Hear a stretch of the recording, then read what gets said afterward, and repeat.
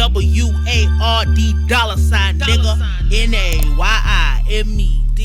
Welcome to the channel. My name is Nayim. I am your host, and today, before we get started, thank you to Colorado Rick for your financial contribution to the show, and thank you to everybody that's been donating. Because of y'all, we were able to make a healthy donation to the Little Library and make sure our teenage readers had enough material to carry them to the fall. So clap it up for y'all sales, man. Because of y'all, we don't sacrifice quality. We don't have to deal with censorship. We don't have to deal with any of the rules and the regulations and the restrictions that they try to put on us.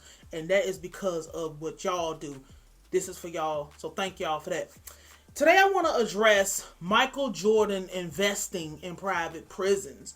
You know, this rumor has been floating around for, it feels like forever, right? But it's 100% not true.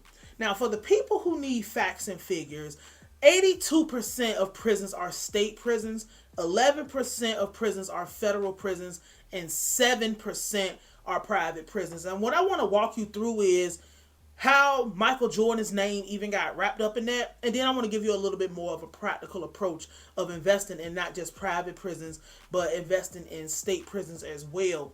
So how did Michael Jordan's name end up getting wrapped up in Michael Jordan invests in private prisons? So if you know anything about Michael Jordan, which who doesn't know, right? Like the most famous basketball player to ever touch a ball outside of like the big three, LeBron and Kobe, right? And Shaq. But Jordan has the most famous shoe in all of basketball and all of Nike history and all of the history of shoes. Michael Jordan's shoe is the most profitable, is the most famous. Jordan carried Nike on his back, right? Nike originated in the state of Oregon, Portland, Oregon. That's where the factories was at. That's where all the manufacturing was done at a period of time. When the Nike factory moved overseas and started making their shoes in China or wherever they made the shoes at overseas, obviously people brought up like slave labor, child labor laws, and y'all are stealing from the population. You know, anything that you can think about when you think about shoes being made in a foreign country and being sold back over here for these massive profits. The factories in Oregon was trying to pitch to Nike to come back over to the United States and was trying to offer them a deal.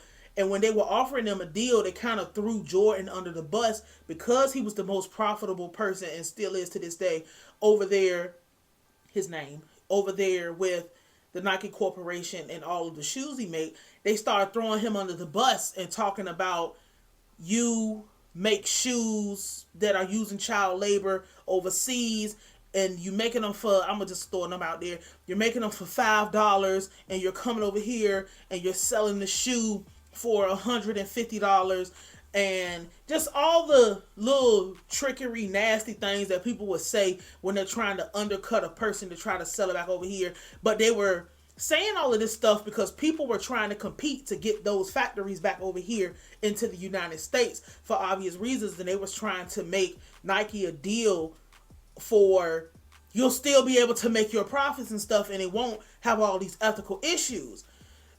They let Nike and everybody else involved let the rumor run wild that Michael Jordan invested in private prisons because they were saying that when they came back over to the United States, how they would keep the profits low was to use private prison labor, because a lot of these private prisons are really like where the call centers at, where people are, you know, infamously talking about making license plates and all of those things. And they were saying that they had people that they already knew in the city of Oregon that had the connection to the private prisons, and Jordan can make his shoes in those private prisons and still keep the profits, and Nike will still make it. Did it ever come to fruition? No, it never came to fruition, but nobody ever came out and cleared the rumor up. I had to do my research. There's articles and stuff out there if you want to look them up. But nobody ever came to clear any of the rumors up. Nobody ever came out and said, we're just saying this to try to keep the profits low. Now, is there a Michael Jordan that invests in private prisons? Yes. And there he's an old white man who lives in Oregon, in Portland, who already had those ties to those private prisons. And what they did was, shystily throwing his name in there just to get buzz and just to get traction around wanting to bring those factories from China back over to the United States. We know that basketball in the era that Michael Jordan played basketball in, they didn't, it was like forbade for them to mix themselves with politics. So if you played a sport or you did anything, like, politics was left to musicians, politics was left to rappers, politics was left for politicians. If you played sports, you, especially the NBA, you stayed completely away from politics. And we always known that, we hear people talk about Michael Jordan. He's not the friendliest person, but Michael Jordan doesn't really talk. There was all these quotes that was going around, jokingly talking about Republicans wear shoes too, and all of this other stuff. And it just, they let the rumor run wild, and he never decided he was going to come out and clear it up. So I hope that clears up the rumor that no, he does not invest in private prisons. No, he doesn't have anything to do with any of that. They was just trying to tell him that they would be able to use slave labor to make sure he can keep his profits and the company can keep their profits. Now, here is a more practical approach that I want people to think about when talking about these prisons. And I know this is just like some wild random episode, but this is a more practical thing to think about. A prison is an ecosystem on its own. A prison is a town of its own. Anything that the city that you live in has in needs, as far as just like the basic needs, sheltering, utilities, laundry. I guess laundry will be a utility. Electricity, that's another utility too. The basic utilities and services and goods and things, prisons need those. So most people are in state prisons run by the state. And let's just say that you was a regular person, you was a musician, you got your money up, you was an athlete, however you got your money, right? How everything that will go into the prison has to get there somehow. So let's say you own a trucking company or something like that, and the prison needs something simple like oatmeal. Quaker Oats, let's just say Quaker, the Quaker company, or Pearl Miller, that's my grandmother. The Pearl Milling Company was supplying all the milled oats for the prisons in the state of Texas. Now, that company, Quaker Pearl Milling Company, they don't have time to go from prison to prison to prison to prison to prison and prison and dropping it off. How they would invest in private prisons by actually owning the contract that supplied the oatmeal to the prisons would be you have your trucking company that picks up, drops off, goes back, picks up, drops off. You have people you can disperse to hand out oats. I hope I'm being as simple as possible with this. They would actually, Quaker Pearl Miller, that's my grandmother, Pearl Milling would send all the oats to you wherever you was at, your factory, your building in Texas. You would divide it up and distribute it on each one of your trucks however you saw fit, because you have the contract with Quaker, who has the contract with the prisons, who are saying, hey, I have this contract with you, whoever you are, and you would distribute everything that needs to be, and you would be in charge of making sure people was qualified to go, making sure everything was okay, making sure the logistics was right, while they just contracted the contract out to you because they don't have time to distribute things.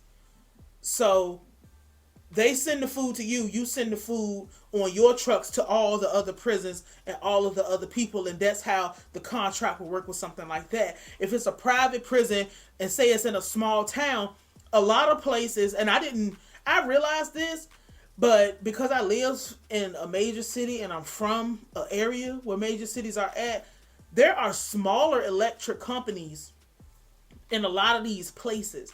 So if you were a private prison, let's just say in the middle of nowhere, and there was one electric company that serviced all of the space in the middle of nowhere. Your prison could have a contract to pay XYZ amount to this electric company, this privately owned, small, independent electric company to service power for your prison. That's a more practical way to invest. Tyson's Chicken, if people is in prison eating chicken, I don't know what they eat in prison. I'm not there.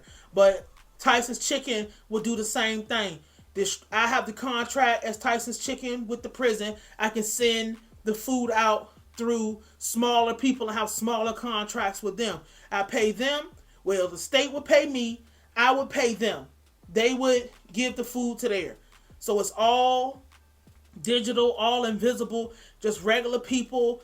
You know, Department of Corrections have their own logistical systems. They have to have contracts for laundry. They have to have contracts for medical needs and all of these medical supply contracts. It's contracts for everything. Pest control contracts. And I'm saying contracts because that's the way that people invest in prisons. It's not, again, it's only 7% that are private prisons. We don't know who those private prisons are. They're private. But most prisons are state, and it's the same way. And it will be the same way with federal. The state will have contracts with whoever would be in the area. So if you live somewhere where Smithfield, like I live out here, so Smithfield could have a contract with the prison. Tyson's Food, Purdue, they would both have contracts with the prison. Rolls Royce or Mercedes would have one, and you're like, why would Rolls Royce or Mercedes have contracts with prisons? Because they make engines. So it's like, you know, people got to come in on vehicles. There's all type of stuff. There's glass companies, just anything you can think of. They don't just, we're just doing that. Educators will have, if you was a person who like had a program that, you know, you can go contract it out. But a lot of us, we don't ever get that far with our business where you just, you know, people feel like it's an ethical or a moral thing, but it's just a job just like everything else, you know? So I don't know. I was talking to Theo about this and I just wanted to talk about it. We back to doing these pre-recordeds. I'm just testing out my new lighting, just playing around with the lights in here. So I hope you enjoyed this bonus episode. NAYIMEDWARD $, nigga. NAYIMED.